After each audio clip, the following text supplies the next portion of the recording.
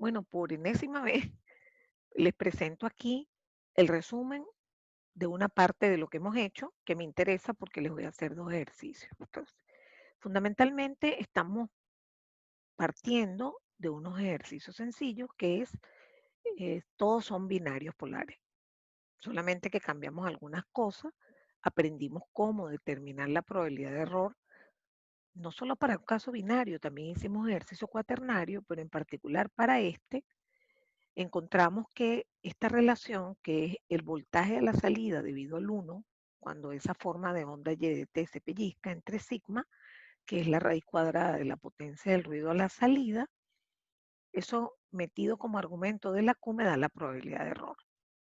¿Ok?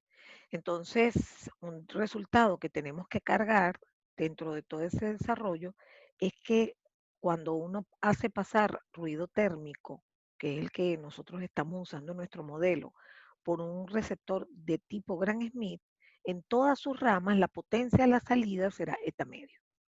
¿Ok? Eso es un resultado que vamos a necesitar usar. Otro detalle es que estoy poniendo todo en función de E sobre eta. ¿Ok? Entonces vamos a hacer este primer ejercicio, ¿verdad? En donde, por ejemplo, tenemos que calcular, o sea, hacer pasar una señal por un receptor, ¿verdad? Pero lo interesante de este ejercicio es que vamos a incluir atenuación, que no lo hemos incluido hasta ahora. Es decir, el modelo de canal, déjame ver si tengo algún gráfico aquí. Por ejemplo, el modelo de canal sería poner la salida del transmisor, poner un atenuador, una cajita que atenúe, después el sumador de ruido y después viene el receptor. ¿Ok? Entonces, este ejercicio tiene varias peculiaridades y por eso también lo escogí. ¿De acuerdo? Es una transmisión cuaternaria, fíjense que aparece el cero, que fue motivo de conflictos en algunos de los tipos de exámenes. Conflicto en el sentido que, por ejemplo, ¿cuántas amplitudes distintas hay? Bueno, se puede decir que esto es un coseno de amplitud cero. Si esto fuese modulación, esto no es modulación, esto es banda base. Pero aprovecho de contarles algo del parcial. Entonces tenemos 4 símbolos y le estamos dando la no solamente la constelación, sino las bases. ¿Ok? Fíjense que observando las bases uno se da cuenta cuánto vale este símbolo. Vale esto que creo que es 10 a la menos 4. Y los valores que hacen que esa base, las dos, sean unitarias. ¿Ok? Se supone que la señal atenuada más el ruido ingresan a este receptor, que en este caso tiene 2 ramas. Entonces dice, a la salida de un transmisor se tiene una señal banda base cuya constelación y bases son estas. Dicha señal se envía por un canal que la atenúa 20 dB y luego le suma ruido blanco gaussiano. La señal atenuada más el ruido se recibe por el receptor adaptado, ¿ok? Que es el óptimo. Adaptado porque es un óptimo cuando el ruido es blanco. Cada TS se toman los voltajes a la salida y se decide, digamos, se toman los voltajes cuando uno pone que abre el switch, en ese momento lo cierra y después lleva a cero el integrador para esperar la acumulación del próximo símbolo. ¿Ok? Entonces la primera pregunta es, dibuja en detalle la señal a la entrada del receptor, señal, señal, señal, cuando se transmite S1 de T, que es este que está aquí. No considera el ruido. Es decir, vamos a ver qué le pasa solita a la señal. Entonces, lo primero que tenemos que hacer, lo primero y más importante, es darnos cuenta que la señal es 2 veces U1. Por lo tanto, es esto multiplicado por 2. Pero hay que aplicarle la atenuación. Y ahí viene, y pongan atención. Cuando yo digo que la atenuación es 20 dB, ustedes tienen que saber escribir eso en una ecuación. Por ejemplo, todo el mundo sabe que hay que aplicar logaritmo.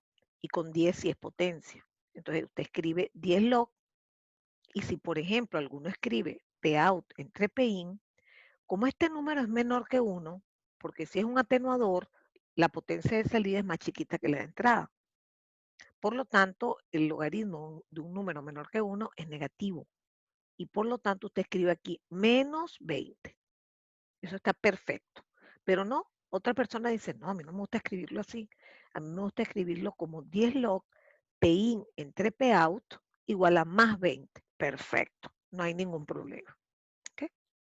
Igual pasa si lo quiere escribir de una vez para relacionar los voltajes antes y después del atenuador. Y en este caso escribirían 20 log de Vout entre Vin igual a menos 20 igualito, ¿ok? O 20 log Vin entre Vout igual a más 20. Total, que cuando esto usted le pasa este 10 para acá, le queda menos 2, hace el antilogaritmo y le queda que Pout entre Pin es igual a 10 a la menos 2, es decir, 1 sobre 100. En otras palabras, Pout es igual a Pin sobre 100. Las potencias se están afectando en 100. Si estuviésemos hablando de 30 dB, se estarían dividiendo entre 1000. Si estuviésemos hablando de 40 dB, la dividiríamos entre 10.000 y así sucesivamente. Pero los voltajes es otra historia, porque las potencias son iguales a los voltajes al cuadrado. Entonces, si usted divide la potencia de entrada entre 100, eso es lo mismo que dividir los voltajes entre raíz de 100. Si usted divide las potencias entre 1000, el voltaje lo va a dividir entre raíz de 1000. ¿Por qué? Por la relación cuadrática entre potencia y voltaje. O sea que en este caso es sencillo, es nada más dividir los voltajes entre 10. Por cierto, que usted lo primero que podría hacer para ahorrarse trabajo es dibujar de inmediato esta constelación aplicando esa atenuación. ¿Por qué? Porque las probabilidades de error, el que las hace con esta constelación está malo, porque no ha aplicado la atenuación. Cuando no hay atenuación, por supuesto, que es directa a esto. Pero lo primero que usted podría hacer es esto, todos los voltajes, esto es voltajes, dividirlos entre 10. Entonces ya esto no sería 2, sería 0.2. Y esto no sería 1, sería 0.1 y listo. Pero bueno, eso no es lo que me están pidiendo. Lo que me están pidiendo, pero sería interesante que lo hicieran. Es más, no sé si después se los pido. Bueno, lo cierto es que a ustedes le piden es concretamente enfocarse en el símbolo S1, que es, dijimos, 2 veces U sub 1. O sea, es esto multiplicado por 2. ¿Okay?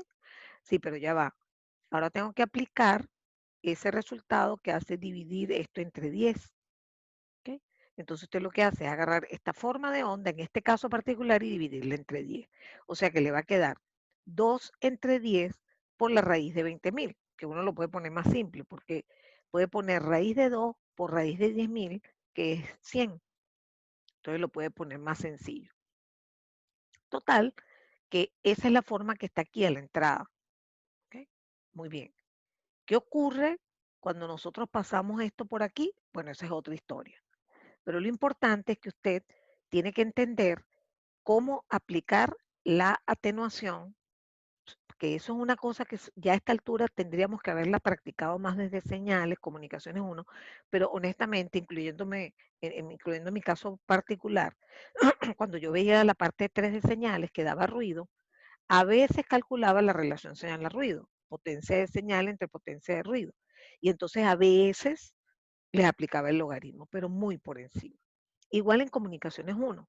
Entonces no nos queda más remedio aquí que tomarlo con más fuerza, porque en los sistemas de comunicaciones eh, nadie habla de vatios, nadie. Todo el mundo habla de dBm, de dB, que son las relaciones de potencia.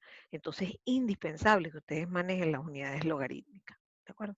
Ese es el propósito fundamental de este ejercicio. Pero bueno, por supuesto, como no quería perder el ejercicio, lo que hice fue seguir con las otras partes del ejercicio que en su momento causaron como cierto ruido.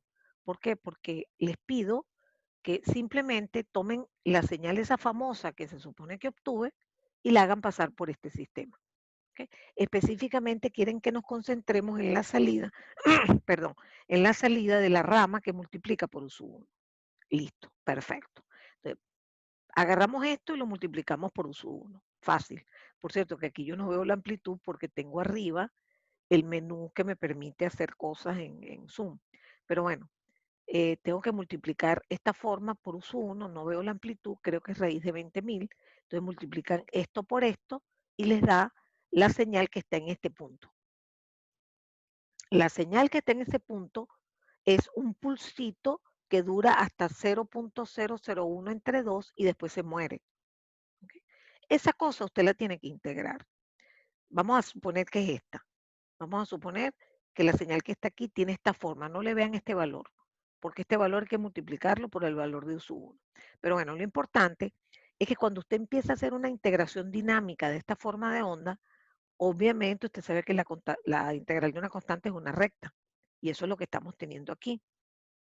Pero cuando usted llega a TS medios, ya no acumula más, porque la señal que está integrando está en cero. Por lo tanto, Y1 de T, que es la señal que está aquí, luce así. Desde TS medios hasta TS se queda pegada en lo que es el área de lo que está integrando, que es la señal. Es decir, esto por esto, ¿verdad? Que es la altura, multiplicado por esto, da 0.2. Y en ese valor se queda, vamos a decir vulgarmente o coloquialmente, se queda clavada la señal Y1 de T. Entonces, en este caso, si yo quisiera saber el famoso Y de T0, que hemos usado en algunas fórmulas, por cierto, que solo aplicamos para los casos polares binarios nada más, pero digamos que aquí tenemos Y1 de T0 y Y2 de T0, la pregunta que se hace después, ¿en dónde será el punto más adecuado para tomar ese valor? O sea, ¿dónde pellizcamos? Bueno, realmente aquí usted puede pellizcar, entre comillas, en cualquier sitio entre TS medio y TS. Lo importante es que ya usted tendría cuál es el voltaje que va a tenerse en este punto que va a permitir la toma de decisiones. Cuando un señor que está parado aquí vea que hay 0.2, el tipo dice, no, no, no, ya va, déjame ver Y2. Porque él viendo las dos coordenadas, él sabe, y aplicando los respectivos umbrales, él sabe cuál es el símbolo que supuestamente se envió. Y digo supuestamente porque cuando usted le meta ruido, muchas veces se va a equivocar. Pero bueno, esa es la idea. La última parte tiene que ver con algo que también causó ruido en ese examen, que es la siguiente. Dice, suponga que apaga la señal transmitida y obtiene a la salida 1 milivatio. Determine E entre eta. Entonces, cuando usted apaga la señal, es obvio que lo que tiene a la salida es puro ruido. Ah, pero es que yo sé cuánto da la potencia del ruido a la salida de un receptor Gram Smith. Da eta medio, correcto. Entonces ya tiene eta. A que no adivinan en qué se trancó la gente. Yo me acuerdo, yo tengo muy mala memoria, pero hay cosas que sí las recuerdo. Y es que la gente, me lo dijeron después, cuando estaba yo corriendo los exámenes, que cuando la gente ve este dato y ve que esto le da eta nada más, entonces dicen, bueno, ¿y de dónde sacó E? Bueno, del resto del ejercicio. El resto del ejercicio les da posibilidades de que ustedes calculen E de una manera muy sencilla.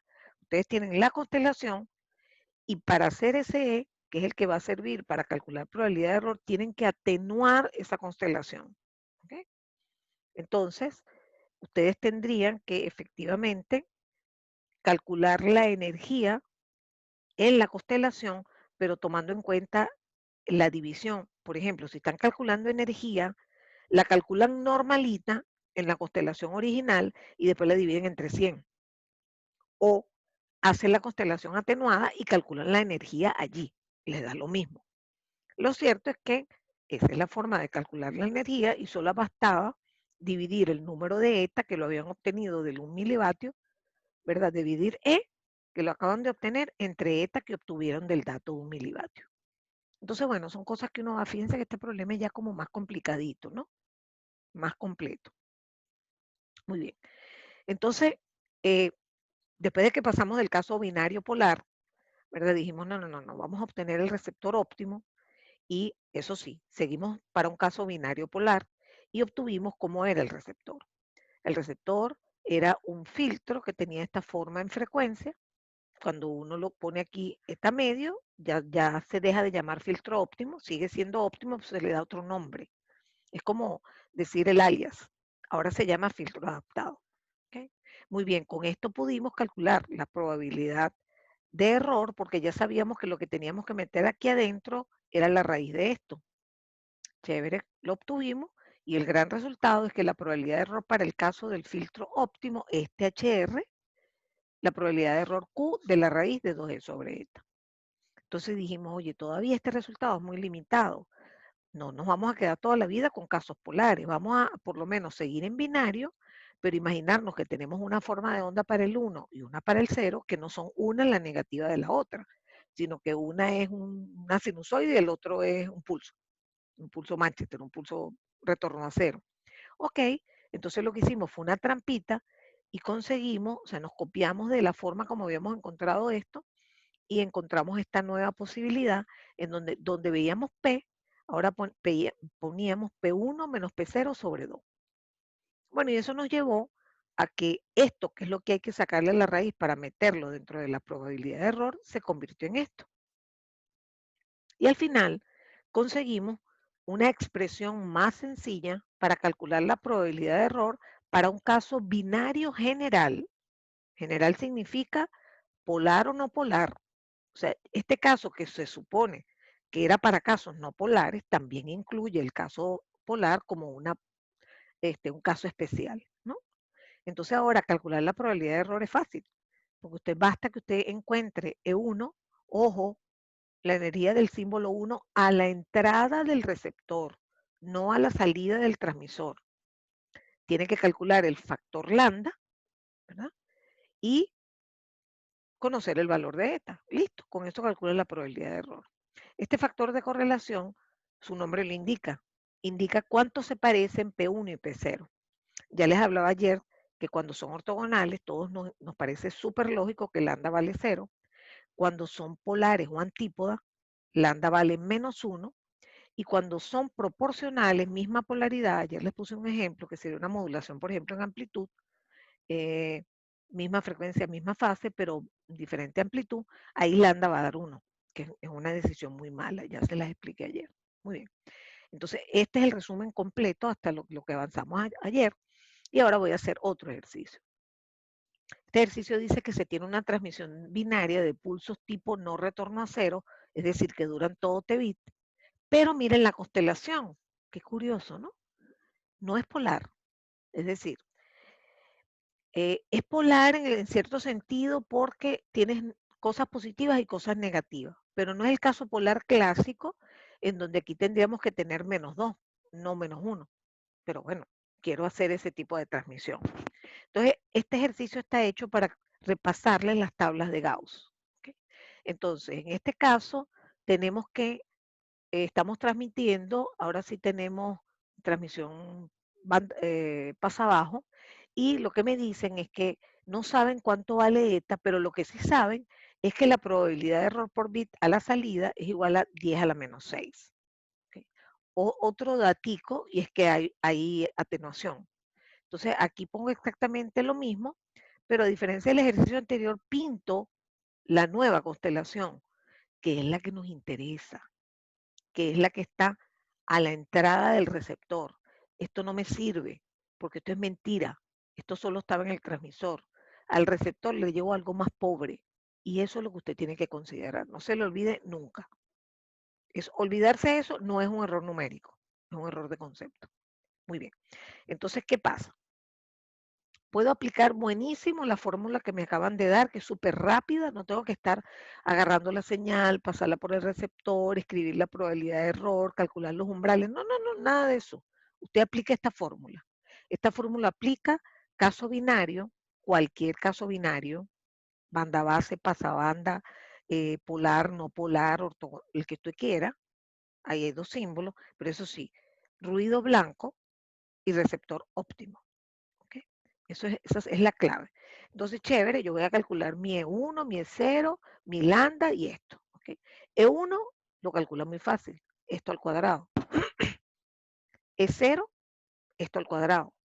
Buenísimo. Ya tenemos E1 y E0. Eta es la incógnita.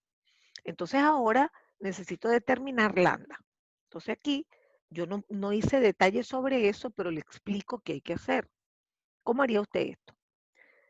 ¿Cómo es la forma de este pulso? Bueno, es un pulso no retorno a cero. Es una constante que vale 2 sobre 10 por U sub 1, porque ese punto significa que ese símbolo es 2 sobre 10 por U sub 1, o sea, 0.2 U sub 1. Pero U sub 1, en un caso no retorno a cero, tiene una constante que es igual a raíz de 1 sobre T bit, parcial 1.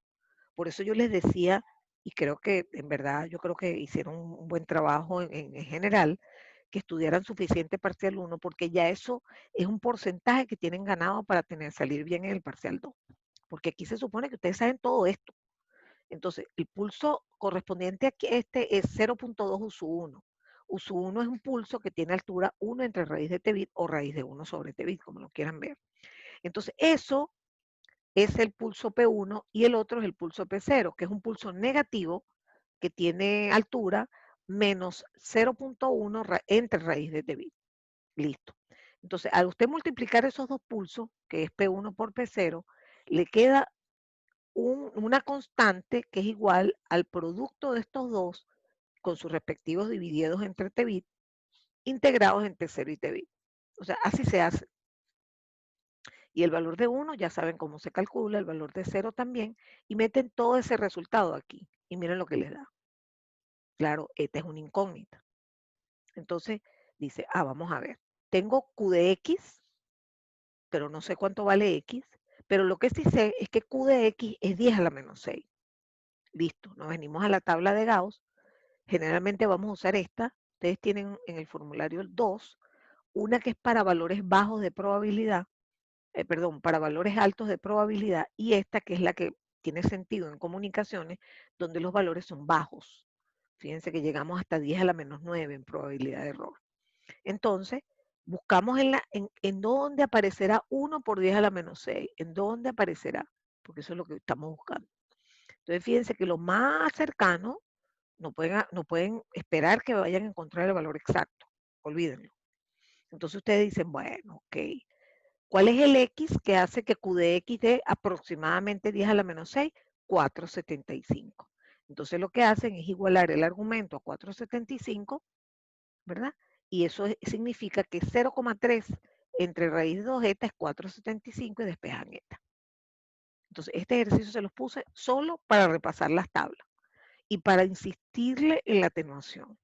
Eso todo está puesto estratégicamente. Cosas que veo que no he cubierto, las voy rellenando con los ejercicios. Muy bien. Vamos a hacer otro ejercicio que es bien interesante, pero ahora habla de las curvas, que es el otro aspecto que tenemos que manejar. En este ejercicio, bueno, les voy a decir que a mí este ejercicio me encanta. En este ejercicio tenemos 4 sistemas. Esas señales, todos los bits son equiprobables, ¿okay? Son pasabandas las transmisiones, y cada señal pasa por un canal, por el mismo canal. Cuando yo pongo AWGN, es Additive White Gaussian Noise, es decir, ruido blanco gaussiano aditivo. Ese es el ruido que nosotros manejamos, el famoso eta medio en su DEP. Entonces dice que cada uno de esos sistemas llega y es recibido por su receptor óptimo, que es el Gran Smith, que no es el mismo para todo. ¿Okay? No necesariamente es el mismo para todo. Entonces, eso está claro. Y ahora defino 4 sistemas distintos, supuestamente distintos. El primero es un OK. Déjame ver si consigo esto. El primero es un OK, donde el voltaje pico, obviamente cuando es un 1, porque el otro símbolo es 0 voltios, el voltaje pico es raíz de 8 volts. La tasa de transmisión es 20 bits por segundo y el receptor es el Gran Smith. Buenísimo. El segundo es OK también, pero la potencia de la señal me la dan de una vez, me cambian la tasa de transmisión, pero el receptor es Gran Smith. Oído al tambor, estos dos sistemas tienen la misma curva, porque lo único que estoy cambiando son potencia eventualmente y velocidad. No estoy cambiando ni el tipo de modulación ni el tipo de receptor. ¿De acuerdo? Tercer sistema, la potencia de la señal es 2 vatios, la tasa de transmisión es 20 bits, pero el receptor es subóptimo. Nosotros todavía no hemos visto receptores subóptimos, pero segurito que van a dar peor probabilidad de error. Ese es el dato que tienen hasta ahora. Y el cuarto es un PRK, que lo amamos porque es el óptimo, y encima tiene el receptor óptimo. Entonces aquí con el voltaje pico yo puedo calcular la potencia, ¿verdad?, de la señal transmitida, porque en una señal que transmite la misma frecuencia, la misma amplitud, aunque tenga fases opuestas, la potencia es a cuadrado medios. O sea que yo puedo calcular perfectamente las potencias en todos los sistemas y además me dan las tasas de transmisión. Entonces, Lo primero que yo hago es responder la pregunta A, que es determina la energía promedio para los 4 sistemas. Sistema A, me dan que el voltaje pico es raíz de 8. Ojo, si eso fuese un PSK, un PRK, la potencia sería eso al cuadrado sobre 2.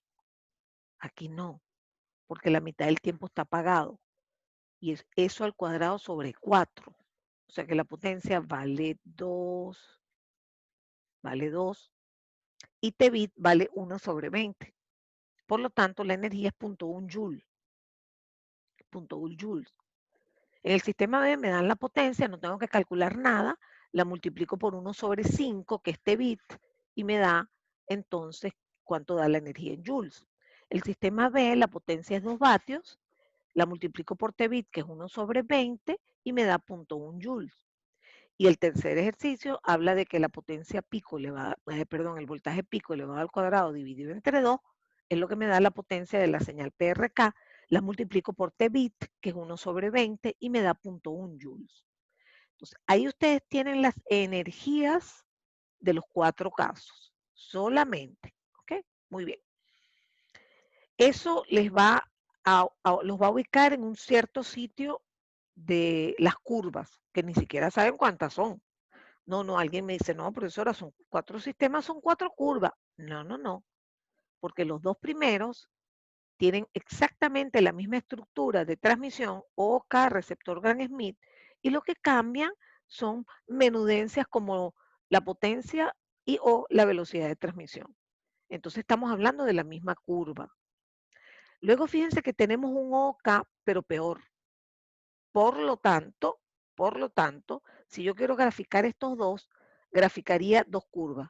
Esta podría ser una que es con receptor OK con receptor óptimo, y esta sería la otra que es OK con receptor subóptimo, que la pongo por encima porque me da probabilidades de error más grande. Y por supuesto al ganador lo pongo debajo, porque es el que siempre me genera menores probabilidades de error. ¿De acuerdo? Por cierto, PRK tiene un caso subóptimo que sería usar el esquema diferencial que vimos en parcial 1. Pero este es un PRK normalito y receptor óptimo, o sea, lo mejor de lo mejor. Entonces, aquí tenemos 3 curvas y mire, ahora me mandan, como siempre, eso lo hago mucho en segundo parcial, yo les doy una explicación como la que acabo de dar y le digo, dibuje la o las curvas, porque podría ser una sola, la o las curvas, y ubique los puntos. La mayoría de las veces no es tan preciso como esto en el sentido, sino que usted sabe que esta energía es más grande que esta, etcétera, pero aquí tenemos algo un poco más concreto, que son las energías ya calculadas. Entonces observen que la energía, como los etas son iguales, ¿verdad? Entonces usted sabe que las energías son las que van a marcar la diferencia. Observe que en 3 de los 4 sistemas la energía es 0.1 joules. Entonces, como eta es el mismo, eso nos obliga a ubicarnos en un eje vertical que se corresponde a 10 log de 0.1 entre eta. Repito, tienen la misma energía y el mismo eta, se van a montar en una línea vertical en este gráfico. Entonces tenemos 3 puntos en esta vertical. Y luego tenemos el sistema, ¿cuál es el que tiene? El sistema B, que se corresponde a un OK. O sea, tenemos que saber ubicar la curva. Estamos hablando del sistema B con receptor Gram-Schmidt, ¿verdad? Estamos hablando de la curva azul. Entonces, estamos parados en este punto para 0.1 joules. Por lo tanto, para 0.8 joules nos vamos a mover a la derecha, porque a la derecha la energía crece. ¿Ok? Entonces, usted sabe montar ese punto en esta nueva curva. Entonces, observen cómo usted ha convertido toda esa descripción matemática del receptor, de los 4 sistemas distintos, observando muy bien qué tipo de modulación, qué tipo de receptor, y después dentro de esa realidad ver potencias y velocidades de transmisión. Bueno, este ejercicio me encanta. Vamos a comenzar un poco lo que terminaremos en la próxima sesión, que es, ok, todo muy lindo, todo muy bien, pero el mundo binario o cuaternario, que es más lo que hemos visto, no es lo único que tenemos. ¿Cómo hago yo para trabajar con un sistema 16 QAM? Con lo que usted me ha dado, imposible, no lo puede hacer. Entonces, lo primero que vamos a hacer es otra trampita. ¿Ok? Ya como sabemos cuáles son los resultados en cuanto a fórmula de probabilidad de error que tenemos para ciertos sistemas binarios, ejemplo, nos retorna cero polar, que nos da Q de la raíz de 2e sobre eta, la probabilidad. Vimos también el ortogonal, caso ortogonal con lambda igual 0, que nos da Q de la raíz de e sobre eta, etc. Alguien se puso a curiosear y se dio cuenta que esos resultados también se pueden alcanzar de una manera mucho más fácil. ¿Cómo es eso? Bueno, vamos a ponerlo con este ejemplo. Imagínense que yo tengo esta constelación parcial 1, no retorno a cero polar correspondiente a una transmisión a medio menos a medio. Bien, ya yo sé cuánto me da la probabilidad de error, me da esto. Pero resulta que a alguien se le ocurrió que en vez de trabajar con las probabilidades condicionales como veníamos haciéndolo, trabajáramos de otra manera, de la siguiente manera. Vamos a calcular la probabilidad de error como la probabilidad de que este símbolo se convierta en este, multiplicado por un medio, que es la probabilidad de que este símbolo exista, porque si no existe, no va a generar error, más la probabilidad de que este símbolo se convierta en este por un medio, que es la probabilidad de que este símbolo exista. Está escrito en letras bien grandotas. Es un medio la probabilidad de que el símbolo 1 se convierta en el 2, más un medio la probabilidad de que el símbolo 2 se convierta en el 1. Y resulta que alguien se dio cuenta, y nosotros empezamos a verlo en parcial 1, que esto tenía que estar conectado o tendría que estar conectado a la distancia entre esos dos símbolos. Y así es. Esta probabilidad se puede demostrar que es igual a este término que está aquí. Es Q de la raíz de la distancia que separa esos dos símbolos elevada al cuadrado entre 2 eta. Ojo, muchas veces yo lo escribo así. Q de D, o sea, de una vez le saco la raíz cuadrada a D cuadrado y pongo arriba D y abajo pongo raíz de 2 eta. Eso es lo mismo. ¡Wow! ¡Qué maravilla! Esto es una maravilla porque ahora nos vamos a poder extender a los casos gemearios. Claro, esto solo es válido para el receptor óptimo. Entonces, si nosotros metemos esta fórmula en cada uno de estos casos, miren, por ejemplo, aquí la distancia entre símbolos, aquí hay una sola, y es 2 veces esta, o esta pues, es esta distancia. O sea, me queda A raíz de t bit. Bueno, eso es D. Lo elevo al cuadrado, lo divido entre 2 eta. Esta es igual que este, y ambos están multiplicados por un medio, o sea que les queda uno solo. Y lo que les queda es escribir esto en función de la energía. O sea, el A y el t bit tienen que ver porque ustedes saben que la energía de esta transmisión es esto al cuadrado directamente. Entonces ponen eso en función de la energía y bingo, obtenemos el mismo resultado que ya habíamos obtenido por dos vías. Ya lo habíamos hecho originalmente como un ejercicio aislado y después cuando obtuvimos el óptimo volvimos a obtener que en este caso la probabilidad de error sería esta. Bueno, si ahora hacemos este ejemplo y volvemos a aplicar esa chuleta que me acaban de dar, obtenemos este resultado, que ya lo habíamos obtenido, que es el resultado tomando factor de correlación igual a 0. Oye, qué interesante. Es decir, que yo puedo tratar de extender esa chuleta a este caso. Bueno, sí, ya va. Pero aquí la cosa no es tan fácil. ¿Ok? Si yo quisiera aplicar la probabilidad de error en este caso y decir, ok, aquí tengo la probabilidad de que A se convierta en B, o que se convierta en C, o que se convierta en D, más la probabilidad de que B se convierta en A, o se convierta en C, o se convierta en D, más. Es decir, tengo que hacer para cada uno de ellos 3 chances. Que se equivoquen por el de la izquierda, por el del diagonal o el de abajo. ¿Okay? Entonces, eso me va a dar un total de 3 por 4, 12 combinaciones. Sin embargo, aquí voy a empezar a poner peros. ¿Por qué? Para que este símbolo se convierta en este, voy a estar brincando el umbral que se corresponde al eje SU2. Para que este símbolo se convierta en este, voy a tener que brincar este umbral. Y para que este símbolo se convierta en este, voy a tener que brincar este umbral. Entonces, si yo sumo esas probabilidades, en probabilidad nosotros aprendimos que eso solo se puede hacer si los eventos son excluyentes. Y aquí no lo son. Fíjense que, por ejemplo, este sector que está alrededor de C tiene un bojote de raya. Es decir, que cuando yo sume esos 12 términos me va a dar un exceso de probabilidad de error, o sea, me va a dar un caso malo. Y la regla que vamos a usar es eliminar, mejor dicho, usar la distancia mínima. Y aquí lo voy a dejar y vamos a iniciar con esto la próxima sesión porque tengo menos de un minuto. Nos oímos en un ratico.